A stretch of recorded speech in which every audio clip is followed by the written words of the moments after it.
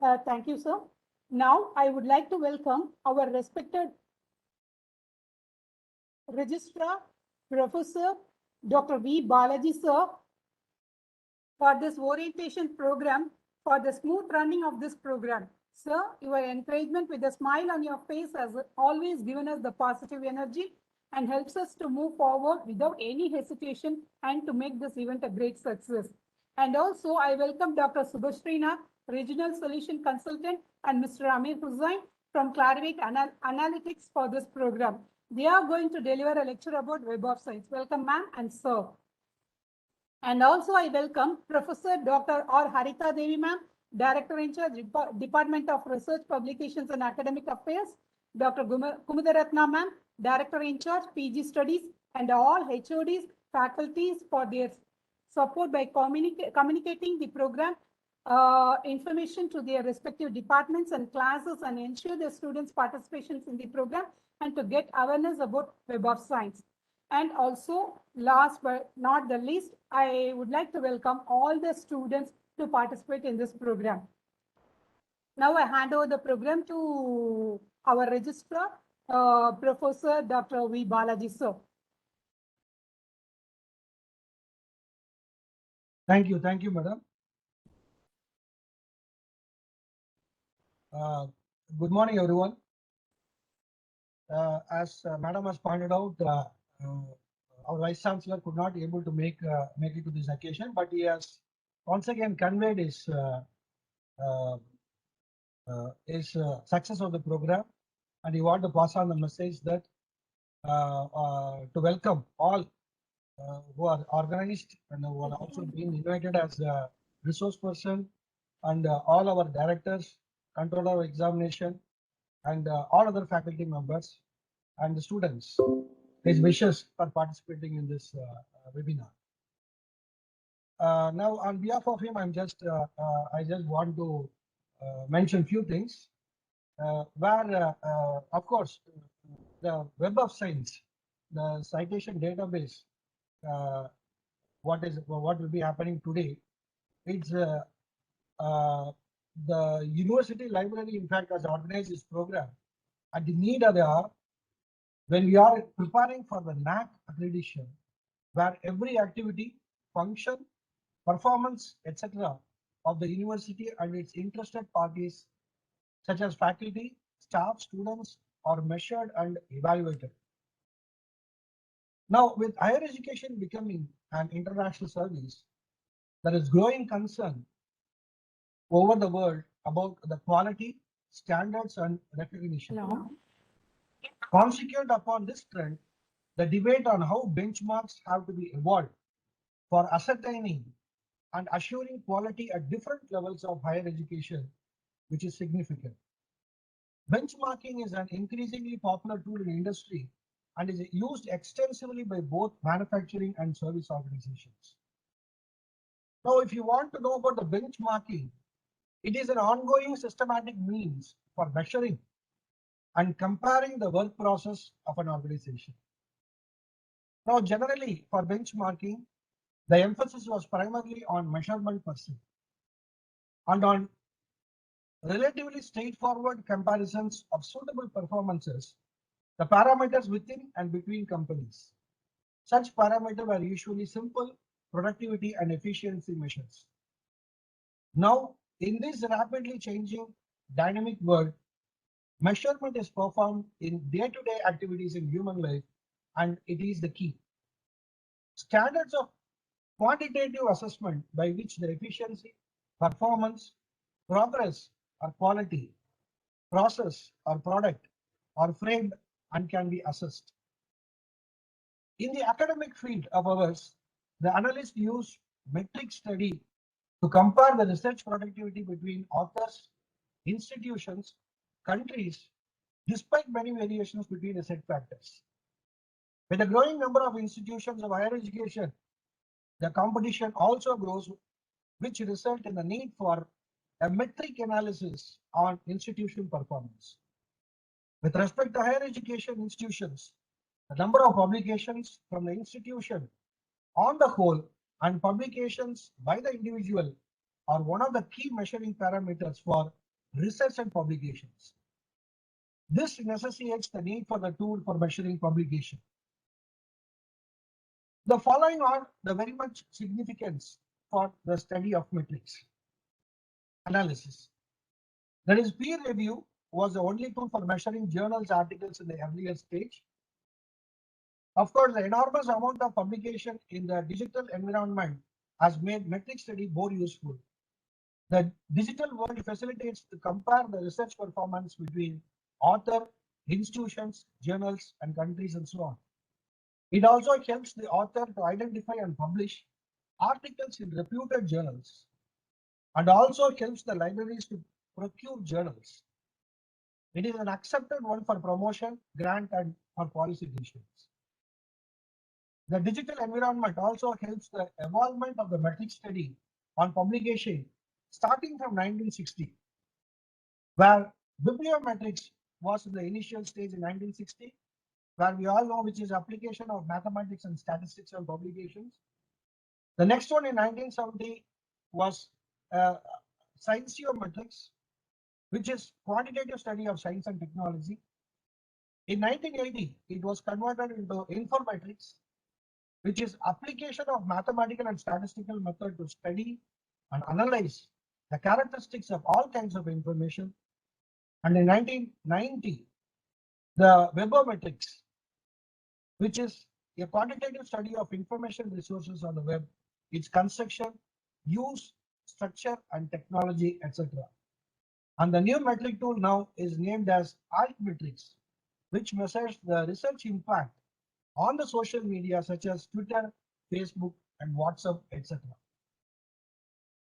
The research publication measuring tools, where we can see number of popular measuring tools for research publication, which are covered in today's orientation programs, which are citation analysis, H-index, journal impact factor. Now, how to utilize these tools for individuals and institutional growth? Through analysis of research results, selection of best journals for publishing, based on research area and research for co-authors, access collaboration based on research area, find suitable funding agency based on research, find best and most suitable journal based on research area for publication. The citation analysis is done using metric tools to measure the quality of the paper and its impact among the research community. The main purpose of the citation analysis is to measure how many times the research article has been cited by other authors. More the number of times the article is cited by various authors, then the article will have more value for its original content and has more impact among the research community. It is a measurement tool to measure the quality of the article. On the other hand, the H-index is a ranking of researchers and is used to measure the research publication of authors. In other words, the H-index is an author level metric that measures both the productivity and citation impact of the publication of the researcher. Higher the H-index, higher the number of articles published by the researcher with higher number of citations in each article.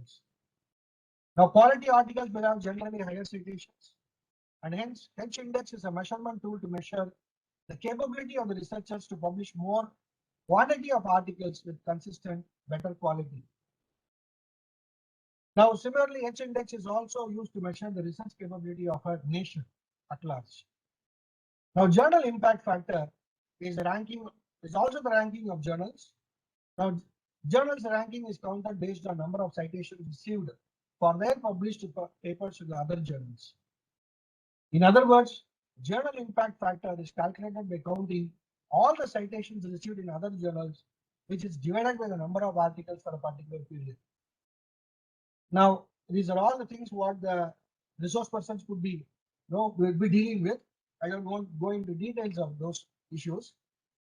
As far as our requirement is concerned about the NAC, as per the requirement of NAC under Research Publication Award section 3.4, the institutional measuring criteria is in subsection 2, which refers to university published journals.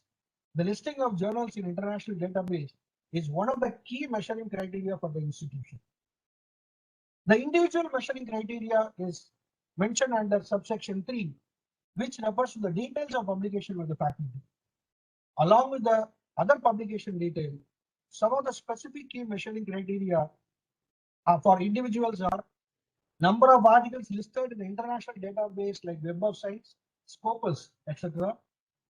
The citation index in the range and average. SNIP, source normalized impact per person, which is the mean citation average for 3 years. JCR, journal citation report. Article published journal impact factor, its range and average, and H index of the individual. Friends, I hope that this orientation program will go through the light and enlighten and help you to understand the concepts of various measuring criteria, what I was just mentioning for our research publication and the tools available. As per the objectives of the program, it also covers the application and utilization of various tools to deliver high impact quality research article in the high rank journals. In turn, helps to gain higher H index score, which help for the professional growth of the individual. Subsequently, the higher H index score of the individual helps the growth of the organization and also helps the organization to gain a better score. Now, with this, I just want to conclude, but I would just want to thank the organizers, Dr. S.K. Ashok Kumar, and the presenters who are going to be along with us as a resource person is Ms. Shubhashri Dam, Reg Solutions Consultant, Clarivate Analytics, Acropolis, Mr. Amir Hussain, Account Manager, Clarivate Analytics, Acropolis, Chennai, and Dr. A. Bhagavati. Now, once again, on behalf of our Vice Chancellor, I thank one and all for giving me this wonderful opportunity. Enjoy the webinar. Thank you. Over to you, Ma. Thank you. Very good morning to one and all present here. I'm Lalita from School of Excellence in Law, and today I'll be anchoring the session. Due to technical glitches, I couldn't give an introduction to Professor Dr. V. Balaji, such a resourceful, knowledgeable person. And I feel it'll be a sin if I don't introduce him right now. So thank you, sir, for the presidential address. I'll just give a brief introduction about him because it's worth for everybody to know about you, sir. So there goes a saying, greatness of a man is not on how much wealth he acquires, but in his integrity and his ability to affect people positively. And such a positive pillar and support for School of Excellence in Law is Professor Dr. V. Balaji. Professor Dr. V. Balaji is presently working as the Registrar and Director in charge of UG Studies in Tamil Nadu, Dr. Ambedkar Law University. He has got around 18 years of experience in teaching, research, and administration. He has completed his undergraduate in law from the prestigious Dr. Ambedkar Law University, Chennai, and post-graduation from international law and international law and constitutional law from another illustrious institution, the Department of Legal Studies, University of Madras, Chennai.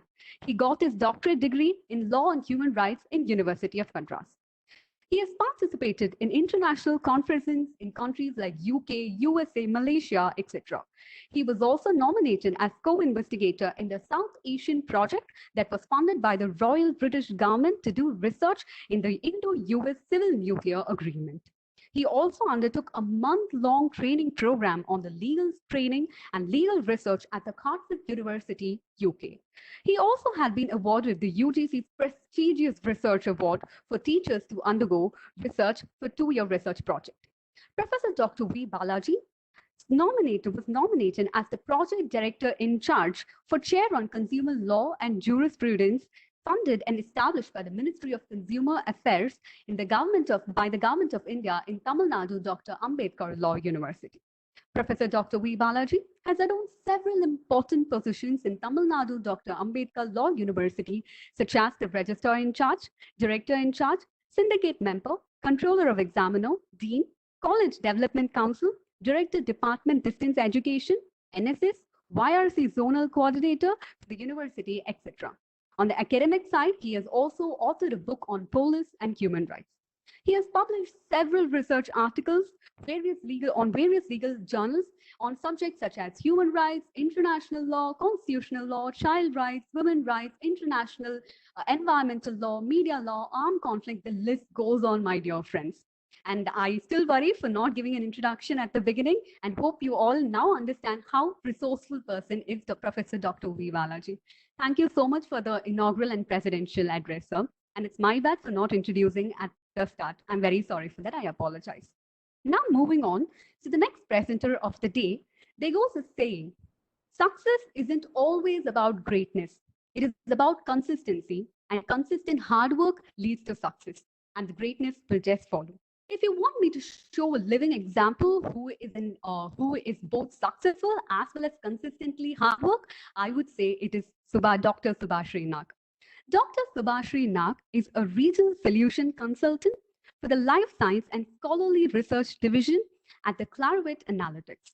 She completed her PhD from the Texas Tech University Health Science Center, USA, and her postdoctoral training from Pacific Northwest National Laboratory. A pharmacologist and toxicologist by training, she has more than 8 years of experiences in the anti-cancer drug discovery and pharmacokinetics area with 25 peer review publication and more than 1100 citations. At Clarivate Analytics, she has involved in user engagement, conducting author workshop, creating strategy for research capacity holding. Her other interest includes community outreach in scientific education, scientific writing, and bibliometric evaluation. Today, I take great privilege in welcoming ma'am to address all of us. Over to you, ma'am.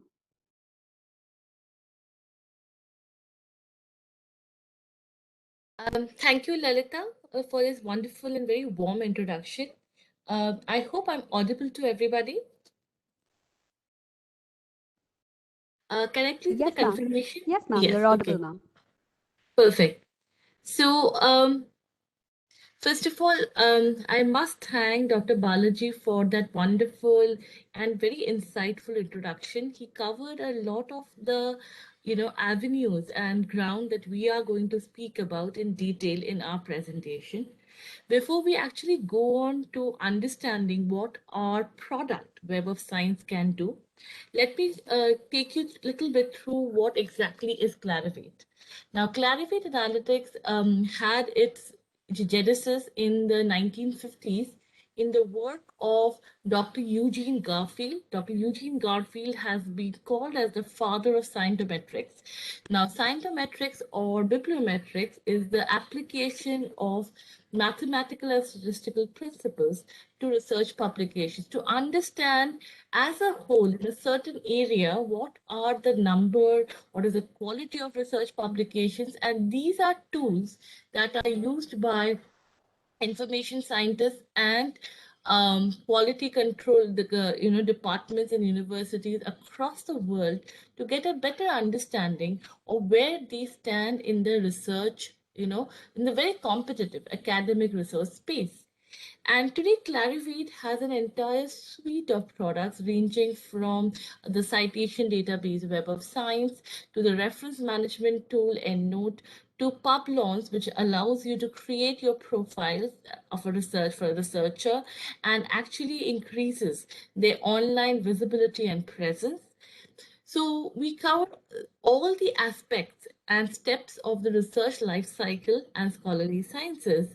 And our products are in use by government agencies and institutions across the world. More than 9,000 institutions across the world, subscribe to products like Clarivate. So and Web of Science actually was founded as a product back in the 1950s, and it is there today, in this mammoth form that we see. So that was a small introduction about Clarivate. We are a multinational corporation. We are headquartered in Philadelphia, United States, but we have offices and we work with the research ecosystem in more than 100 countries. So before I go into detail about what a citation database is, let me have a show of how the people can please unmute yourselves. I'm sure any researcher.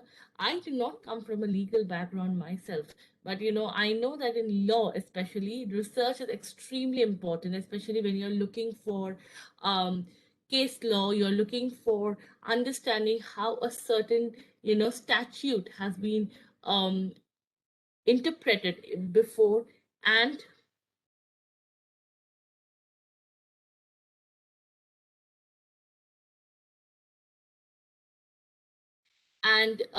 thereon.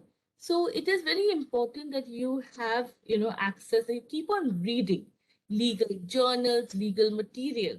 Now we'll go through one or every concept that okay. So I have just been given a mandate to, okay. Okay, so now let's see about how do we read a paper that's useful to us. So how many of us would agree with this, that when you see a paper in a journal or anywhere and you think it is important, the first thing you do is go to the footnotes or the references at the back of that particular publication, right? So for example, in this paper, I would actually go to the references at the back. And if I see some interesting references, I make a note of them and I decide to find. So this is the way I find relevant papers, right? This is an approach that many of us have taken, especially when we visit physical libraries. But in using this approach, what can we do? We can only find older papers, right? Now, remember what exactly is a citation. Let me just stop annotating. So let us first understand what exactly is a citation. Now, when you are formally acknowledging a particular, statement that is based on previously done research,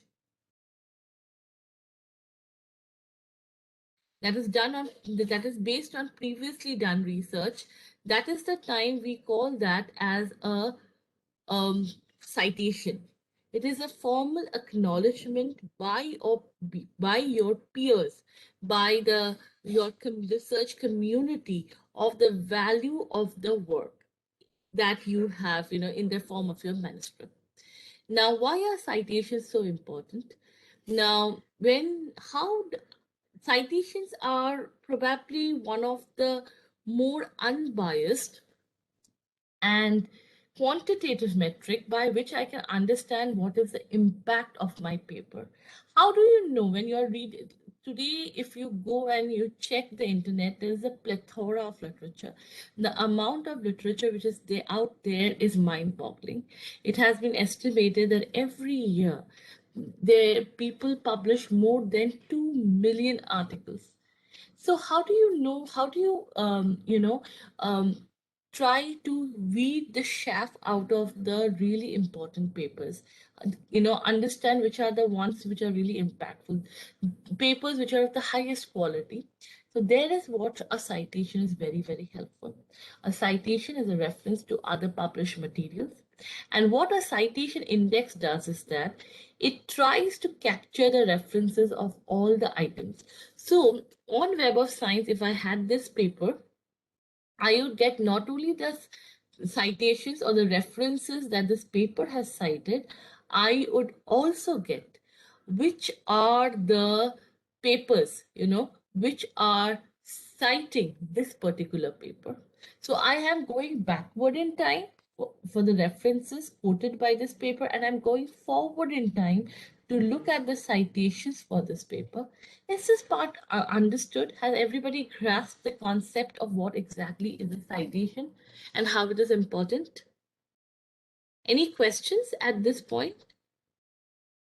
Let us make this a very interactive session. Any Ma'am, questions? Yes. End of the session, we will have a discussion. Okay.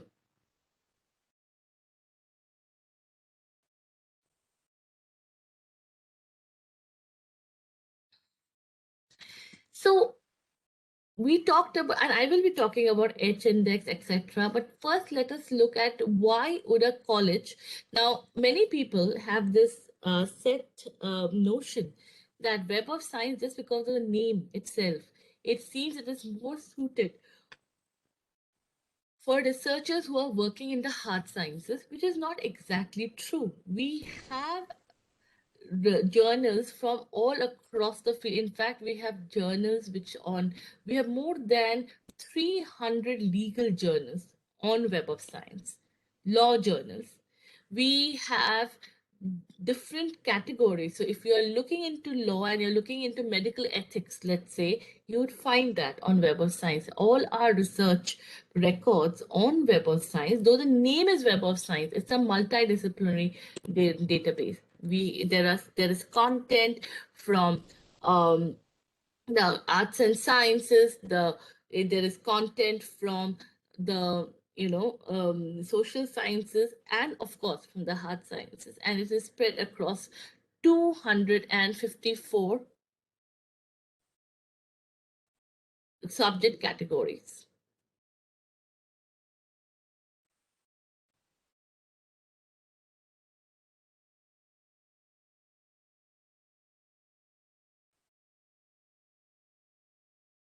So 254 subject categories.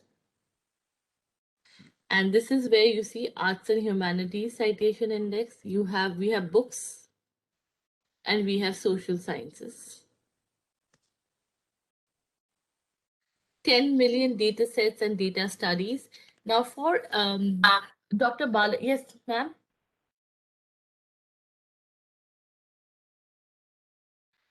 Dr. Balaji made a very pertinent comment. He talked about the quality of, research that was, available,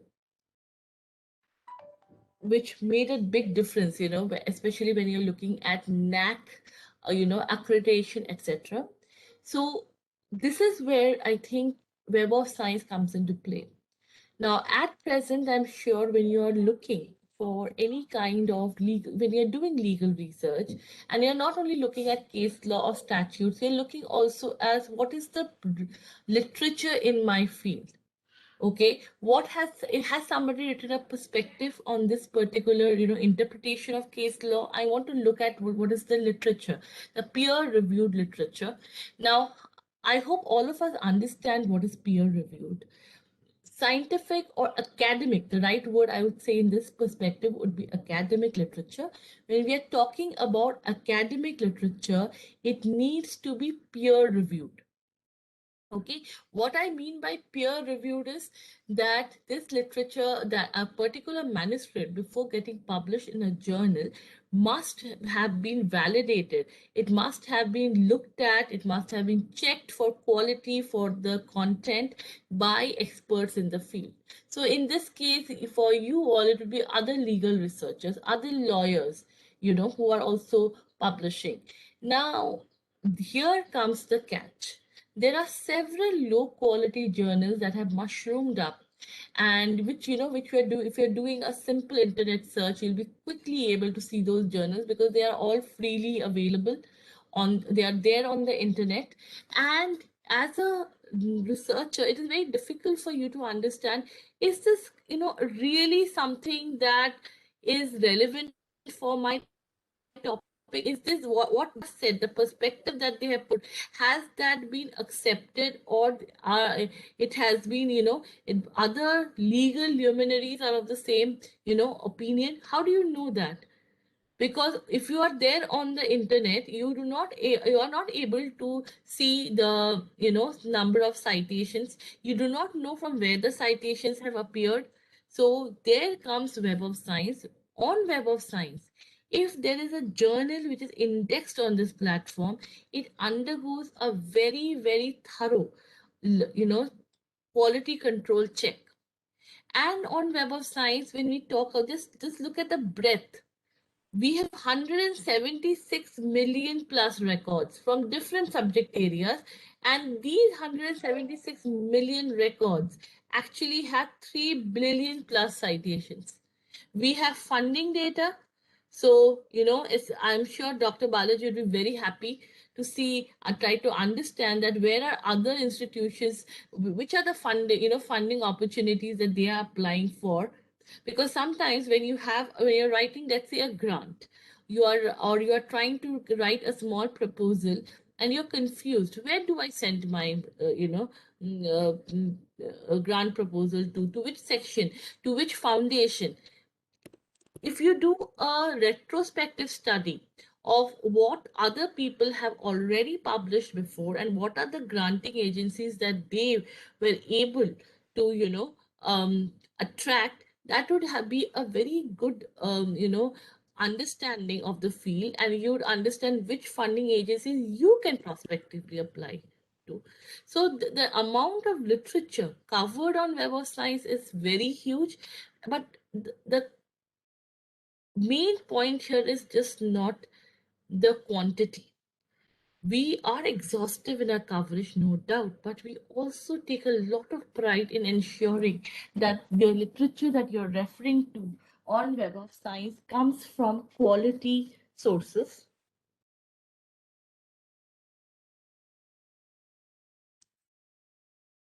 Moving on. So how does your Web of Science empower a researcher community? It allows you to understand the impactful research, what is the trend in that particular research, basically conduct a literature review, effective, efficient, quality literature review.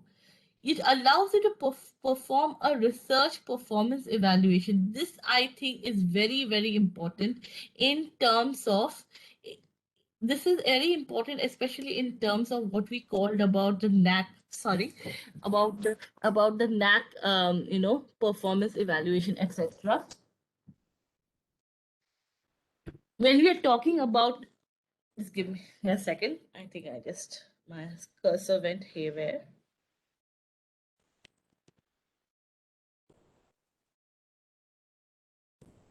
Okay. Performing a research evaluation is very important. So all over India now today, what is happening is there is a shift towards accountability in colleges and universities in terms of what is your output, what is your research output. Now research output is being measured in terms of the number of publications. Now, earlier in 2010, when UGC, the governing body, they introduced a set of recommendations, and they made it necessary and mandatory for all researchers, who are PhD researchers or even professors and teaching faculty, that they must have publication or get a promotion, to complete a degree, to acquire tenure, etc. Now, what they did not clarify was, what about the quality of the publication? Where should you be publishing? And that is the point at which all these low quality, so-called predatory journals started. So this is the concept, predatory journals. Now, what are predatory journals? These are journals which are basically do a poor job of peer review. That's as simple as that. So, especially if any one of you as a researcher or as faculty have ever got a message from somebody to publish in a journal that guarantees you acceptance, that guarantees you publication, I can absolutely tell you that is going to be a predatory journal. Because no outlet for publication, no journal can guarantee you that your your manuscript will pass through peer review, right? You never know, your manuscript may be subjected to multiple rounds of revision. It may be outright rejected, because your the people who are publishing, they might the reviewers might think that this is work which is not novel. this is work which is very similar work has been, published before, or the manuscript is not of enough scientific rigor, scientific or academic rigor. It is not well researched. So there are so many reasons why a manuscript can get rejected. And that all depends upon the editor and the peer reviewer. So a journal or a publisher cannot per se make this promise that I will guaranteed publication, or within 7 to 10 days your manuscript will be published. That's too less a time.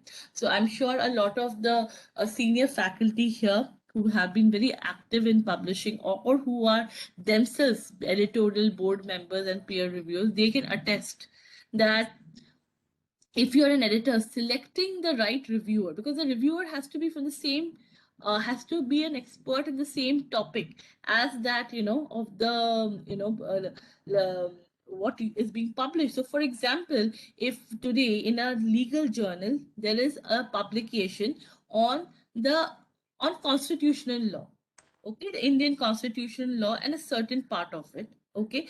Now, let's say free speech, and what is guaranteed in the constitution. Can any lawyer, any legal researcher be able to serve as a reviewer or be able to give an opinion on a manuscript that deals on free speech as enshrined in the Indian constitution? No, because it has to be a very specific type of lawyer. As I understand, there are lawyers called as constitutional lawyers.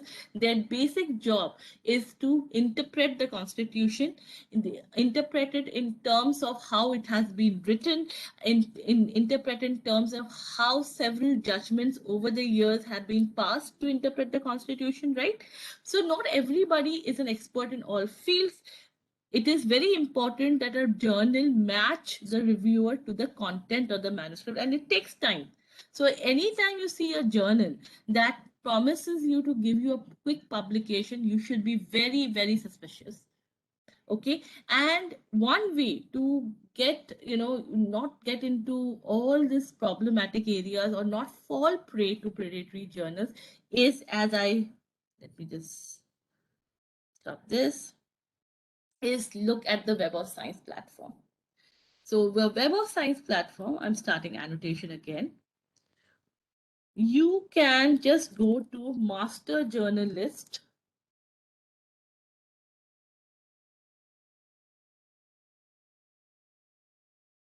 So all of you, I just recommend all of you who are on your laptops, right, on your systems, just click on Master Journalist Clarivate on Google and create an account. Now, Master Journalist Clarivate is a list of all these 34,000 journals which are there on the Web of Science platform. And you do not even need to put the name of the journal. You can go and click on the subject area. So for you all, it will be legal. You can put in ethics, etc., and you will be able to see the journals that are present on Web of Science. As I mentioned before, we are publisher neutral and we follow an extremely strict curation process. So what it ensures is the strict curation process that none of these so-called predatory journals will ever make their ways into Web of Science. And this is one of the reasons why. And now coming to Dr. Balaji's, concern, when you're looking for regulatory agency rankings, etc., they are looking at not how many publications your institution has. They're looking at publications which are from globally accepted citation databases like Web of Science. So as an institution, somebody can have, some institution can have, say, we have published 300 papers this year. But how many of them, when NAC or NIRF, National Institute of Ranking Framework, they evaluate an institution's research productivity, they are going to be looking at the number of papers on Web of Science, not the number of papers anywhere on the internet. I seem to have lost my sharing rights. Yes, ma'am. Give me a second to share back. I think my screen is being shared, right? Yes, ma'am. Yes, ma'am. Okay. Another thing very important is the publisher neutral part. Please remember, we are not a publisher. We do not have any journals. We don't publish any journal. In fact, our editors who make the selection of whether a journal can be a part of Web of Science or not, they themselves are researchers. They have advanced degrees. They have been researchers themselves, but they are not publishing actively. They are not part of any journal. So there is no conflict of interest. There is no conflict of interest as to whether a particular, I mean, we are not gaining anything or we are not losing anything if a particular journal is indexed on Web of Science. As long as it meets all the criteria, the selection criteria that we have very well defined, a journal can make the cut and be on Web of Science. We have already talked about performing research performance evaluation. We'll talk about identifying potential collaborators and journals. And we also have, this is going to be very pleasant news for a lot of faculty, almost 20 to 30% of our content is full text because we have proprietary algorithms that identify, full text papers if they are available anywhere on the internet. So maybe as part of a university server, as a public repository, etc. Once you have Web of Science, you also have access to EndNote, which is basically a reference management tool. Now, I have had the pleasure of working with one of the law institutes in Delhi, Indian Law Institute in Delhi. And what I understood is that legal referencing is a very, very complex matter. How many of you agree? Much more complex than where I come from, the hard sciences.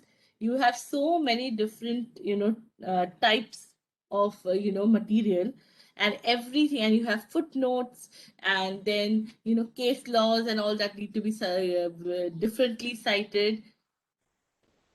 And many times what I understand is you do all of this manually, right?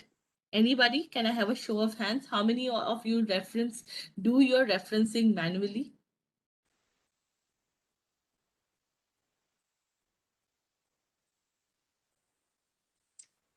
Okay. So we have a lot of people who are saying yes, that they do their referencing manually.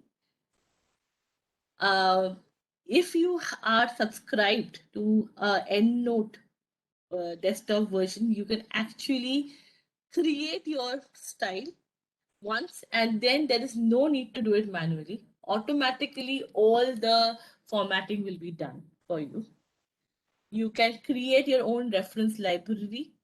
You can designate that library what type of article it is it a statute, is it a court proceeding, is it a conference, is it a journal article, and accordingly in your final manuscript the reference style will change.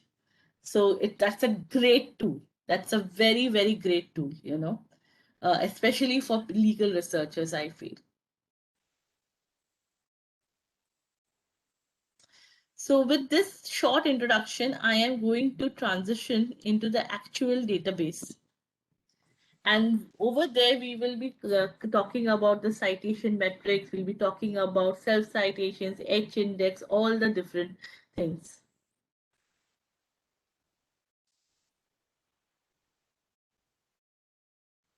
Okay, just give me 1 second to share my screen.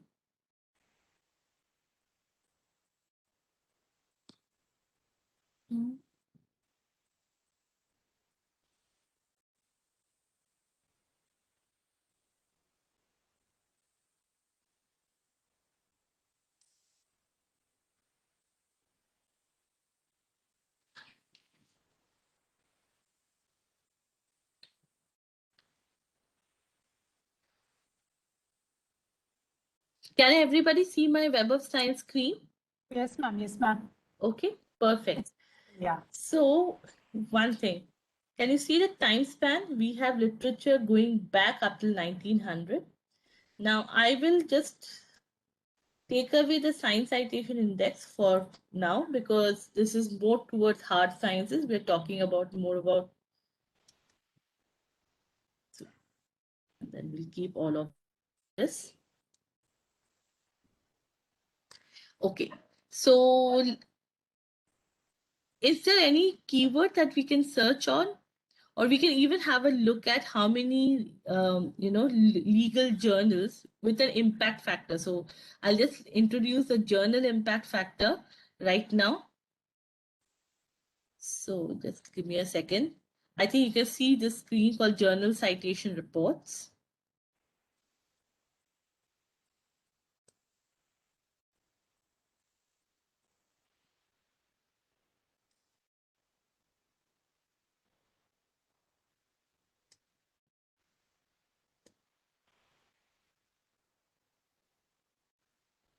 Can you see? These are all the things from the social sciences index.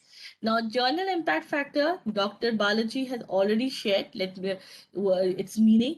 Now, as I talked about, how do I know an article is very impactful or not based on the number of people can put their answers in the chat. How do I know that an article is impactful based on the number of what? Anybody in the chat? You just, okay, citations, good. So I'm sure all of you will agree if an article is more this number of citations an article gets, obviously more impactful it is. So the same thing applies for a journal as a whole, right? So accordingly, Web of Science Clarivate, we have come up with an indicator called the journal impact factor, wherein, and I think I'll start my annotation here.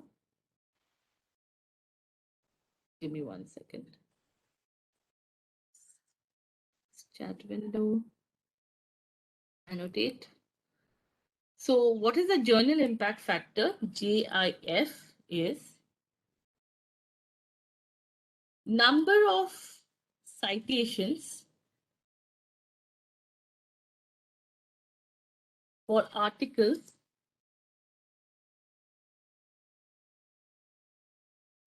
published in past 2 years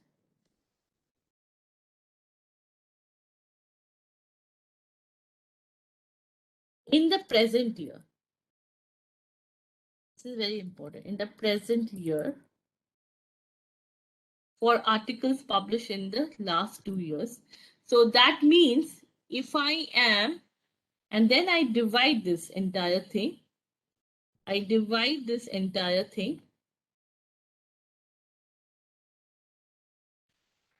Excuse me, number of articles.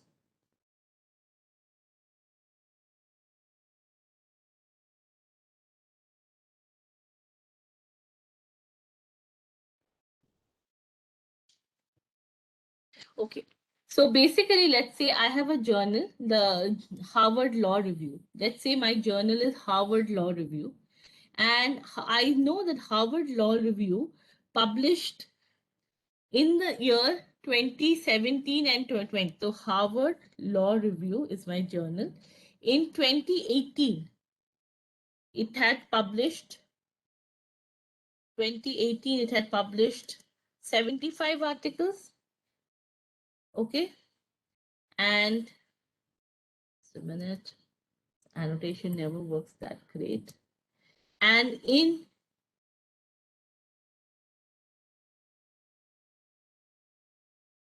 2017, it had published 25. Sorry, I'll just take the annotation over again and I'll do it again. So example is now we are taking is Harvard Law Review, HLR. Okay.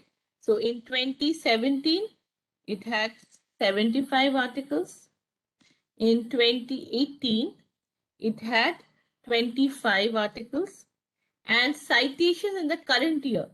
So please remember the current year, in every year, the JCR or the Journal Citation Reports releases the impact factor in June for the past year. For example, in 21 June, when it releases, I have still not garnered all the citations for 2021. So what I'm going to be doing is doing JCR for the year 2020 all the citations in the year 2020. So this right now for 2019, so I will see citations, these 100 articles got, these 100 articles got in 2019 was, let's say, 400. So now can somebody tell me what will be the journal impact factor? The journal impact factor is 400 divided by 75 plus 25, that is 4. 400 divided by 100 equals to 4. So again, for a particular year, in this case, it is 2019, I need to see how many citations were garnered in 2019. But for which articles? Those articles published in the last 2 years. So for 2019, I will calculate articles published in 2017 and 2018. Okay, so this is the way journal citation reports calculates the impact factor. Now, obviously, more the number of citations, better will your this ratio be. So, obviously, journal impact factor is tied to citations. Now, there is a subtle, nuance over here. I'm sure now. I think right in over here you can notice. Look at economics and look at biochemistry. Can you see the median impact factor in both the cases is so different? This is just 1.4, this is 3.16, almost 3 times higher, right? So that means biochemistry and molecular biology journals have on an average got way more citations than economics. Now there's a reason for that, especially in the hard sciences, interdisciplinary sciences like biochemistry, etc. The number of citations got is typically very high. Therefore, journals in that category, they have a higher impact factor associated with them, many of them. So that's why the median impact factor means what? That 50% of the journals appearing in the biochemistry area, that is 297 out of 297 journals, more than 145 journals have an impact factor more than 3.167. Whereas for economics, only 50% of the journals have an impact factor more than 1.4. So always looking at this arithmetic number to understand how quality is not enough. Because if I look at the area of law, is 4 an impact factor a desirable impact factor to choose a journal for publishing or not? That I cannot determine so easily. I have to look at which quartile. So quartile means in a particular subject area, I will order the journals according to their impact factor, and those journals which are in the top 25% of that particular subject area, when ordered by impact factor, they are known as Q1, quartile 1 journals. And across the world, most institutions which are research specific, their intent always has been to publish in Q1 journals.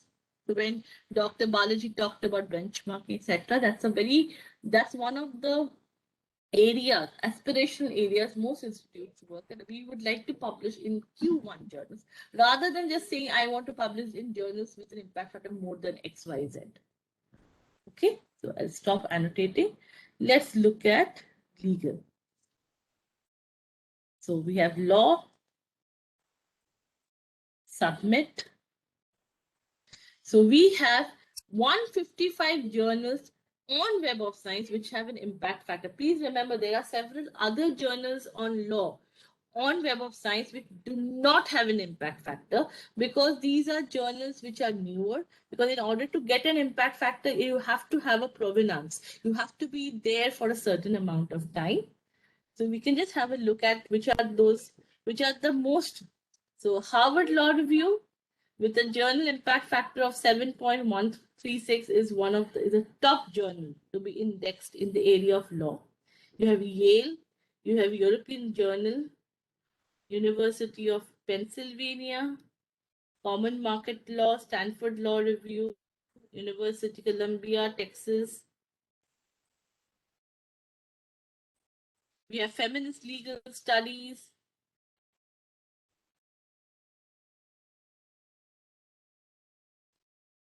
Okay.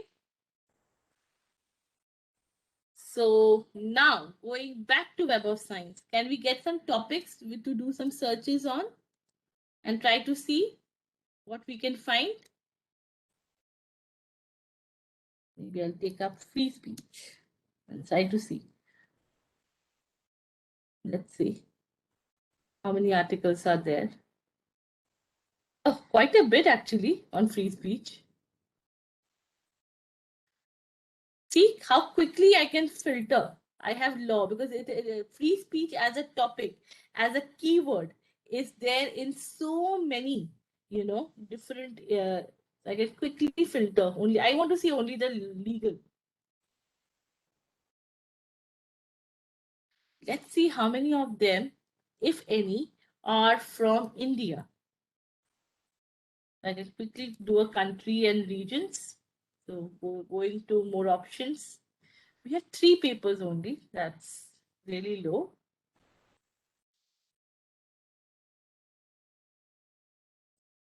Okay. So we have this paper published in 2016 about blasphemy and free speech. Quite interesting. And the best part is, so we also have other keywords, freedom of speech. So it's 1900 results. Quickly go to analyze results. And then look for countries. I want to again look for countries which are there. I again want to look for only papers from India. Let's do a control F of India.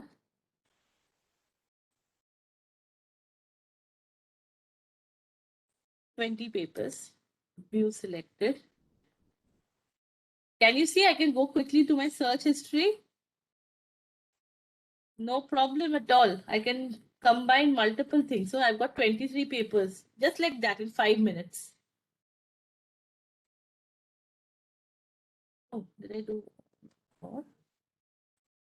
20.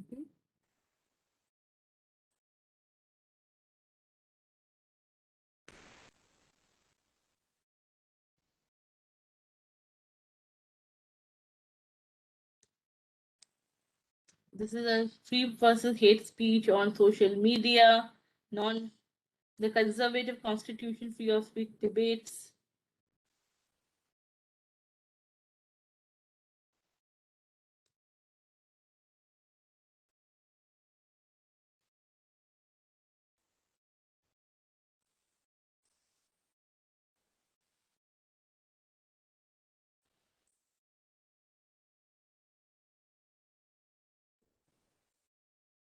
And not only this, can you oversee over here?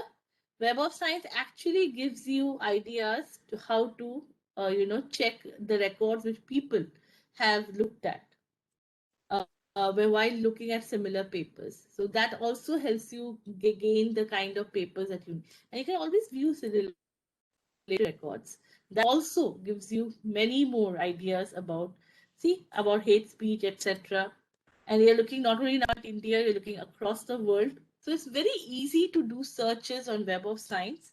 You can also go and look at the institution's profile. So topic, I will, for it, I guess for academic purpose, I am taking the name of Anna University to see. So you can see over here, Anna University. I'm trying to just have a look at how many publications does Anna University have on Web of Science. You can create a citation report quickly. You can see how many average citations an university and organization has, how many times they have been cited, by whom. All of this can actually help your institution very quickly understand that, okay, which areas are we strong in. So as Dr. Balaji said, when you want to do benchmarking, when you want to compare against your peers, understand what your peers are doing and what am I doing, what is different. You can use this. Where are your public citations coming from? Which are the organizations that are citing you, etc. Okay, So these are some of the things, these are all very, how do I put it? I have talked about all of them on a very high level, but I think all of the topics that I have discussed till date should allow you to have a better understanding of how Web of Science can help you do a literature review. A Web of Science can help you, understand your strengths and weaknesses as an organization, as an author, a researcher. I also urge all of you to create Publons accounts. Okay, so I'm just putting the thing on the chat.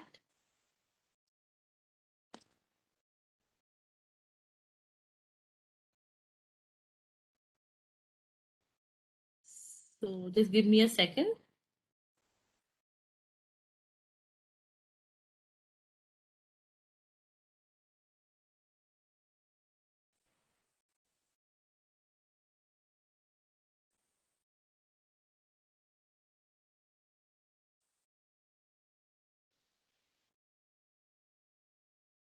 So for all of you who are interested in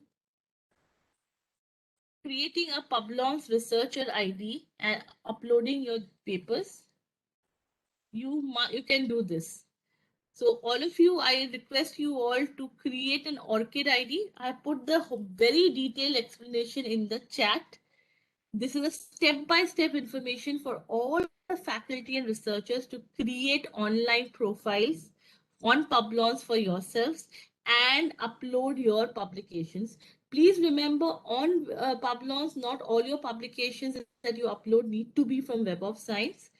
You can even import as a BibTeX file from any journal website. You can have a CSV file, and you can create your own researcher profile over there.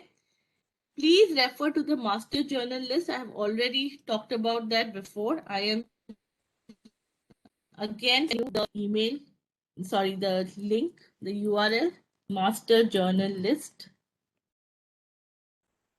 This is the URL. Please use this. This will be very helpful. So if I have to do a search journals,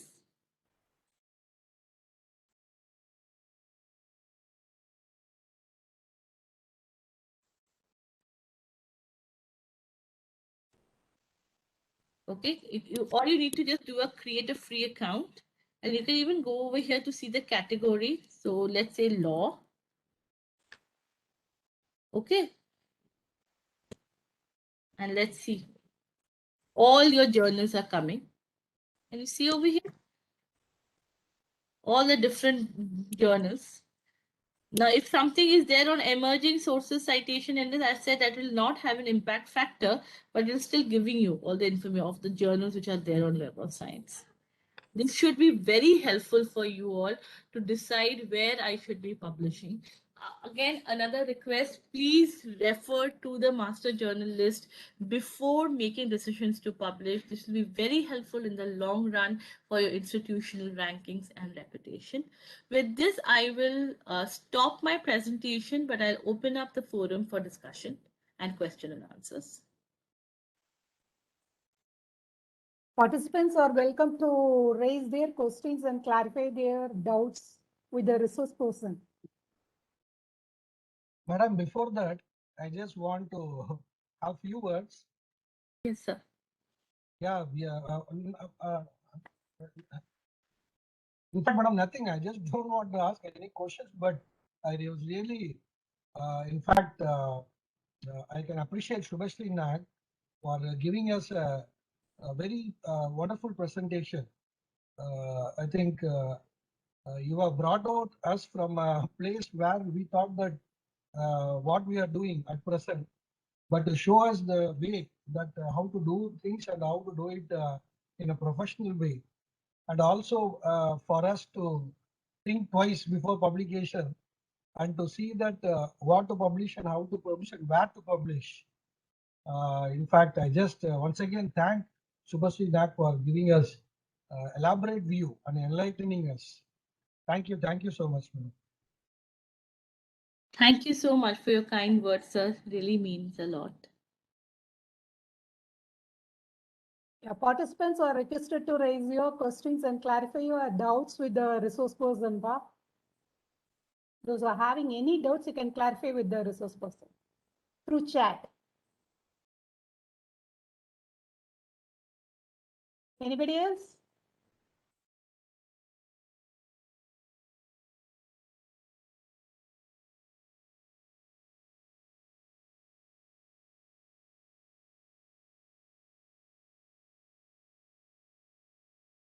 Any doubts you can ask regarding this Web of Science. This is a great opportunity to clarify your doubts. Participants? Ma'am, they are asking about H-index. What is H-index? What is the use of H-index? How to find H-index? Okay, perfect. Thank you so much. Yeah. So H-index is basically so it was introduced in 2005 by a Stanford physics professor called Dr. Emil Hirsch. And basically, if you noticed, even Anna University's profile, there were so many citations, right? 10,000 odd citations. Now, do you think all the 1800 papers from Anna University, or in this case, it could be even a particular author, all of them will be cited in the same way? No, right? Maybe there are 5 or 10 papers that have accrued a lot of citations, and these are driving the impact. Okay. So then it was decided that, we should have an indicator that is more representative, which is not a basic taking the average. Okay, if you take the average, you are either over representing something in the sample population or under representing, right? So it basically, H-index, what it does,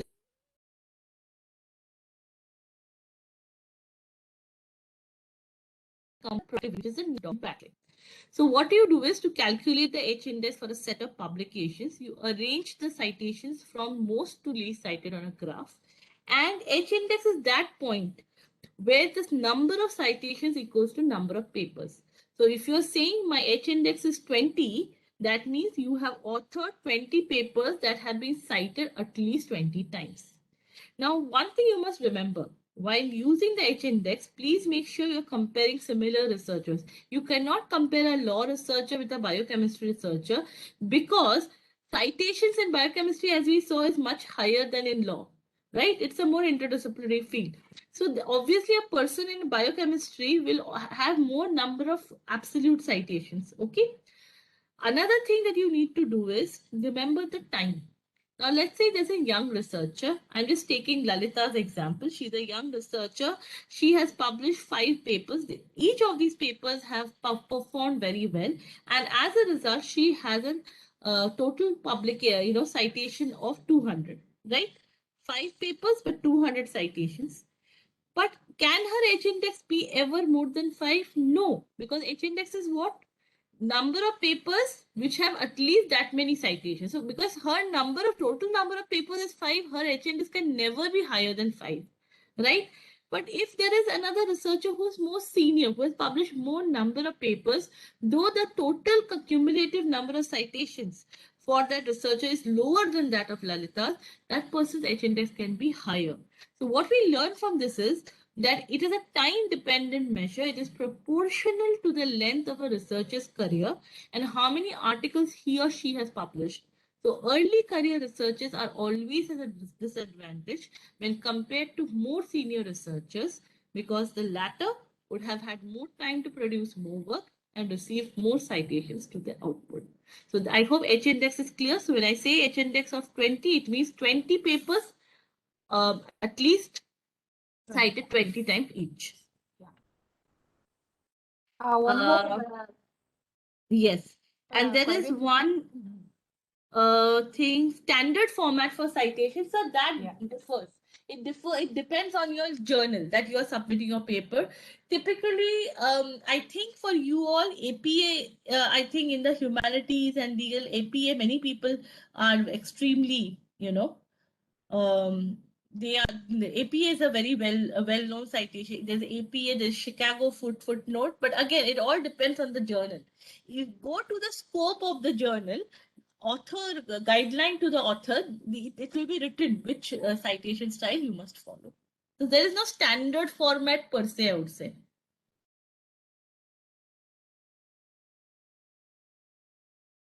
Madam, Yes, I ma'am. think, Yes, sir.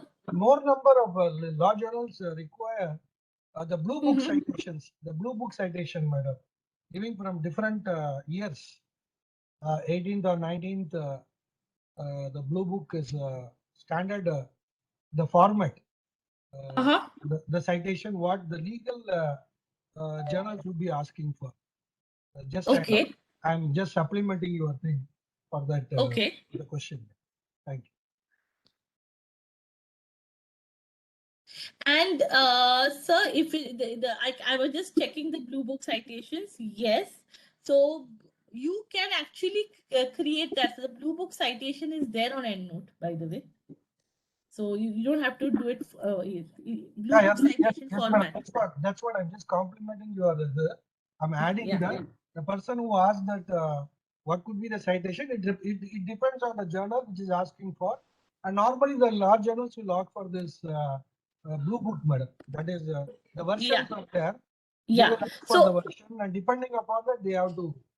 yes, and if any of your researchers actually have, EndNote installed that software, I have just put a note here where you can download that style. So, sir, if you have that style downloaded, automatically your manuscript will be formatted according to the Blue Book citation. So, just put the link down there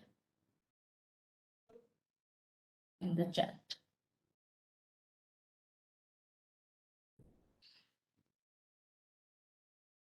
Any more questions? They are asking for what is the difference between H index and G index. This is there are right now several different indexes which are available. So basically, G index is more like, instead of H, they are taking the top articles that receive G square citations. So H index is what, 2020. They will now see how many articles you have that have, instead of H is what counting. It's counting what? H is counting 20 articles which have at least 20 citations.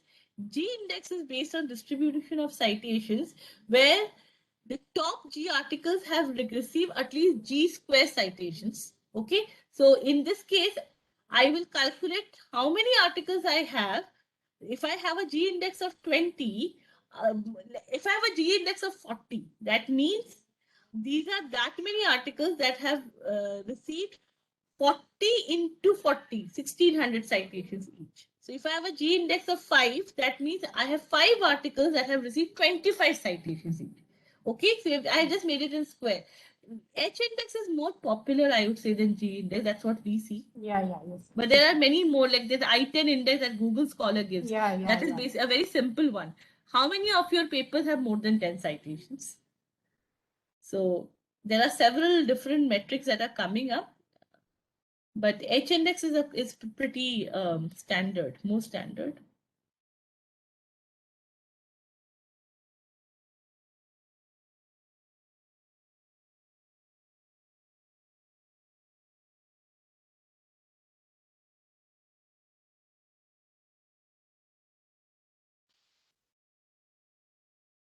Hello.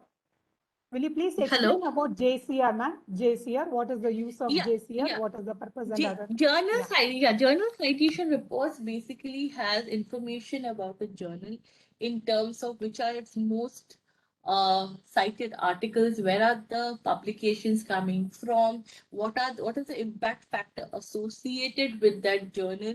So it is basically an entire journal intelligence platform.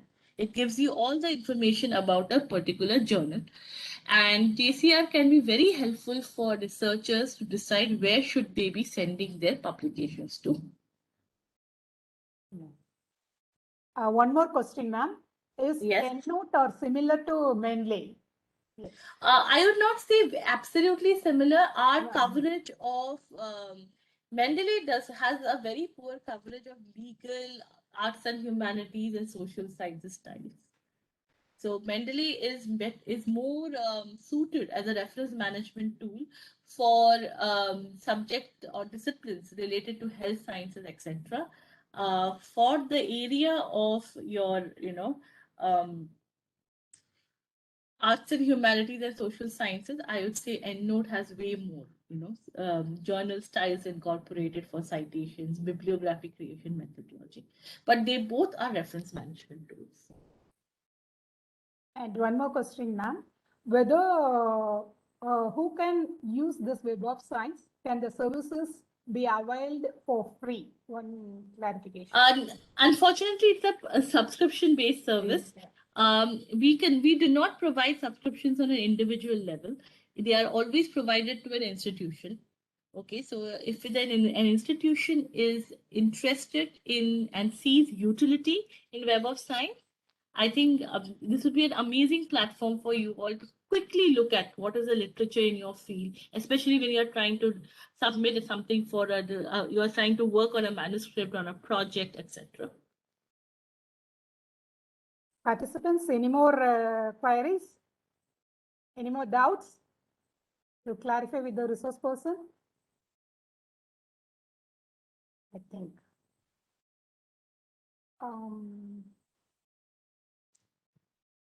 One clarification, one query is here. Peer-reviewed journals. Is there any quality assessment regarding peer-reviewed journals? Yes, absolutely. Yes, absolutely. So quality assessment in the same in the way is that impact factor itself is a marker of quality, sir. The idea is that if a journal is well regarded within the community, articles from that journal will have more citations. So in a particular subject area, so let's take law.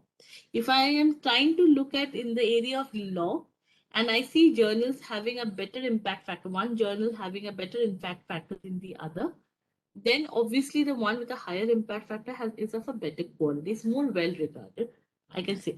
Quality assessment in the sense, I would say that if you're confused about looking at a journal, please go to the COPE. Let me just share with you. Yeah. Let me just check on the internet. We have a COPE is the Committee on Publication Ethics, okay, and they have a member of they have a list of the publishers who are members of COPE.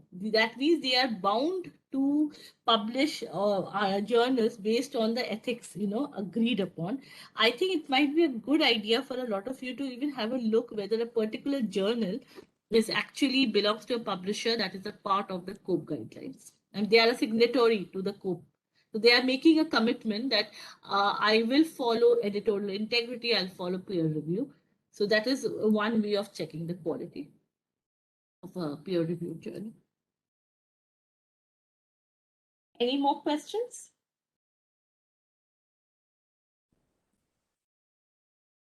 Which law journal is supposed to be good for beginners to publish their articles? Will you be able to share the list of law journals? We can share the list of law journals. That's not a problem. But I would refrain from making such a statement. One, I don't personally come from a law background, so I have little, knowledge. Because see, remember one thing, and I think Dr. Balaji will agree with me. Never ever take any kind of metric in isolation. You should always see your community, your peer community, in terms of your mentors or in fellow faculty and researchers. You all have a good idea of what are the well-known journals in your field. Use that information along with Web of Science citation metrics to come to the II, but do not use each of them. Qualitative metrics used without any kind of quantitative evidence gives results in a bias. At the same time, citation metrics or any quantitative metrics used without any qualitative context, does not give you the right picture. So I would suggest, look at the Web of Science data and see how many of these journals you have heard your community discuss, which is popular among your, searcher community, which has been recommended by your peers, your mentors, other fellow faculty and researchers, and then make the decision. One more query, ma'am. They want to know how to find a predatory journals. How to find predatory journals, I would say, is, as I said, any journal that says guaranteed publication is a predatory journal. Any journal that is has a very broad scope. Now, if I tell I am a journal that publishes articles on biochemistry also, I publish articles on law also, and I publish articles on archaeology also, who is going to be my, reader database? Why would, because every field has certain journals, right? Very rarely do very disparate field researchers refer to the same, publications. So very broad scope, vague scope, of accepting articles. Journals whose editorial boards, composition is not transparent. That means, for example, if I just give the name. So, for example, if I just put Dr. Balaji's name without any information about Dr. Balaji's affiliation, how will I be able to verify from which university or what his credentials are? And that is where a lot of these, predatory journals go. They will have a long list of people, but without any kind of verifiable credentials. So look at these red flags to identify, predatory journals. I will refrain from answering the question about peer-reviewed and UGC. Remember, all the UGC CARE listed journals are peer-reviewed.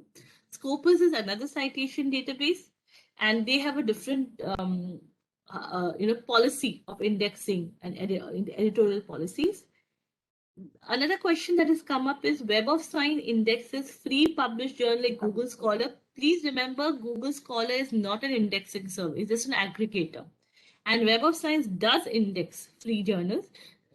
All you need to do is go to Master Journal List and click on the Open Access tab. Some journals are charging fees for publishing the articles. So basically, you mean to say these are the open access journals. So journals have two models, right? One is when the institution or the end user needs to pay for the journals, or otherwise the author has. See, the journal is a publishing, is being published by a publishing house. These are for-profit organizations. I mean, they have to run. They have to pay fees. They have to bear fees of publishing. They have editors, proofreaders, etc. So they have to make money. That is the bottom line. But where do they make the money from? One, they can either make the money by selling it as a subscription to the end user, that is an institution or a researcher, or they tell that the author has to pay a fee, and then they make it free to the end user. So those which are free to the end user and have a pay to publish model, they are typically known as gold open access.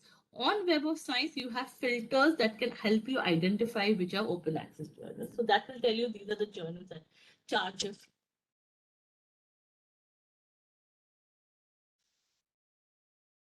Thank you, ma'am. Thank you very much, ma'am. Lalita? Thank you, ma'am. It was really thought-provoking. You just gave us an introduction of how citation database works and also took through the actual website of Web of Science and let us know how it works. I really can't wait to explore more about it, ma'am. Thank you so much. And thank you for answering all the queries so patiently, ma'am. Now we'll move on with the sessions further. I take great honor in introducing the second speaker of the day, Mr. S. Amar Hussain. There goes a wise saying, sometimes it falls upon a generation to be great, and you can be that great generation. Let your greatness blossom. Today we have Mr. S. Amar Hussain, who is going to let his greatness blossom to all of us and ensure we all become great as well. A short, brief introduction about him. Mr. S. Amar Hussain is an account manager for the government, academics, and corporate division at Clarivate Analytics.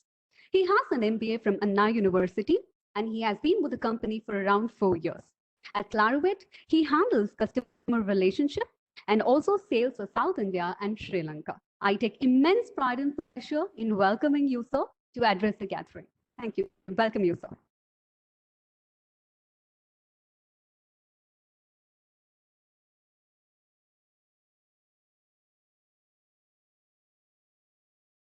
Over to you, sir.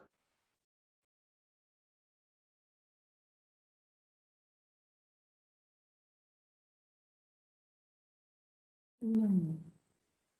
No, come to the next one. He's unable to.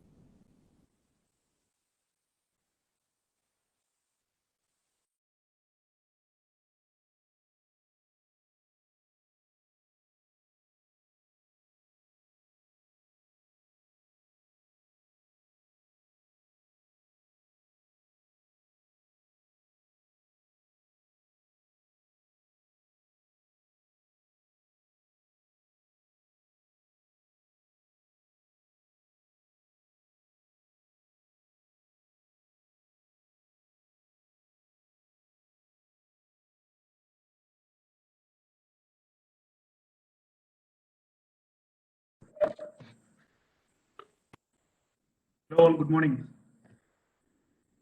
Sorry. Good morning, sir. Yeah, I got another call on my mobile, so I was there. So yeah, just give me 1 second.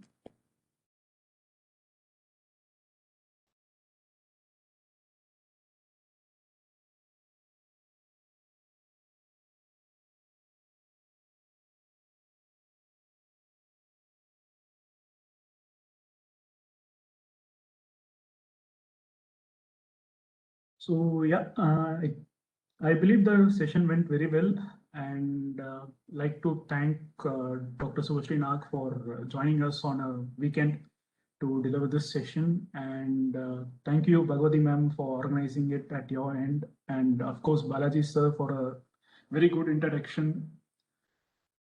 Actually set the stage for today's session, sir.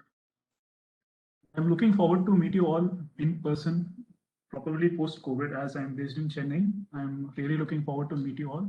And thank you all the participants for joining today. Thank you. Thank you, sir. Lalita? Yes, ma'am. Yeah. Carry on, ma'am. Also, I'll just give a brief introduction out to you, but unfortunately, I think there were some technical glitches. So I'll just repeat that again for you, sir. So as the participants are aware of Mr. S. Amar Hussein's introduction, brief introduction, I'll just repeat it shortly again. So No, Mr. S. Amar not Hussain. necessary. That was over, ma. That was over. Come to the Okay, next ma'am. part. Okay, ma'am. All right, ma'am. Thank you, ma'am. So now let's move on to the next speaker to give a brief introduction about the next speaker. So it's someone whom we all know, and someone who's really kind enough, someone who's hardworking, optimistic, self-reliant person. And if you're guessing it's Bhagwati ma'am, the one who's organizing this, you're absolutely right. So I take this privilege of introducing Bhagwati ma'am. Dr. A. Bhagwati has completed her PhD in Library and Information Science from University of Madras in the year 1999. She is having an experience of more than 15 years in library profession. She has worked as a part-time faculty for regular MSc and distance education in the Department of Library and Information Science, University of Madras. Currently, she's working as a university assistant librarian in Tamil Nadu Dr. Ambedkar Law University, Chennai from the year 2010. During her career, she has published herself more than 80 articles in journals, both nationals as well as international conferences, and presented research paper.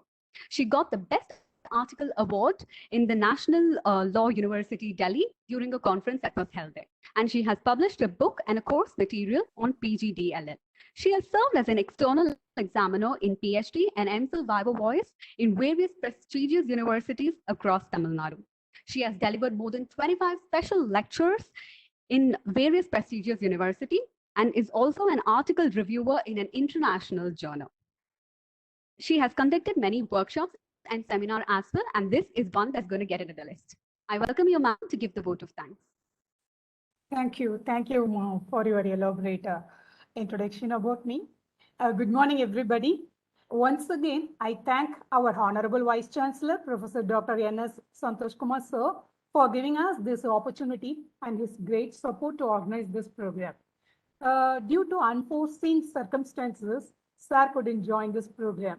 But with his blessings, encouragement, and motivation, this program has been organized and conducted successfully. Thank you, sir. And I extend my sincere thanks to our respected registrar, Professor Dr. V. Balaji, sir, for ensuring the smooth running of this program. Sir, your encouragement with a smile on your face has always given us the positive energy and helps us to move forward without any hesitation and to make this event a great success. Thank you, sir. And comes to Dr. Subhasrina, she is a regional solution consultant from Clarivate Analytics and has presented very well about Web of Science. She explained elaborately about impact factor, how to take reports by Web of Science, and clarified all doubts very clearly without any hesitation and very patiently about Web of Science. Thank you, ma'am. Due to his situation, Dr. S.K. Ashok Kumar sir was unable to participate in this program, but I am very happy to thank Dr. S.K. Ashok Kumar sir, director of this program, for providing his support and friendly advices whenever we needed. Thank you, sir.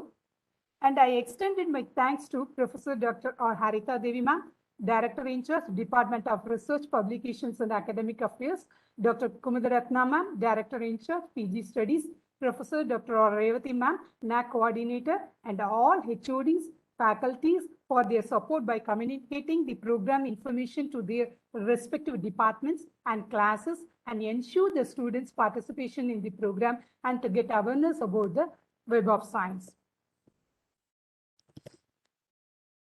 And also, I thank Mr. Darwin, Technical Assistant, for providing this technical support.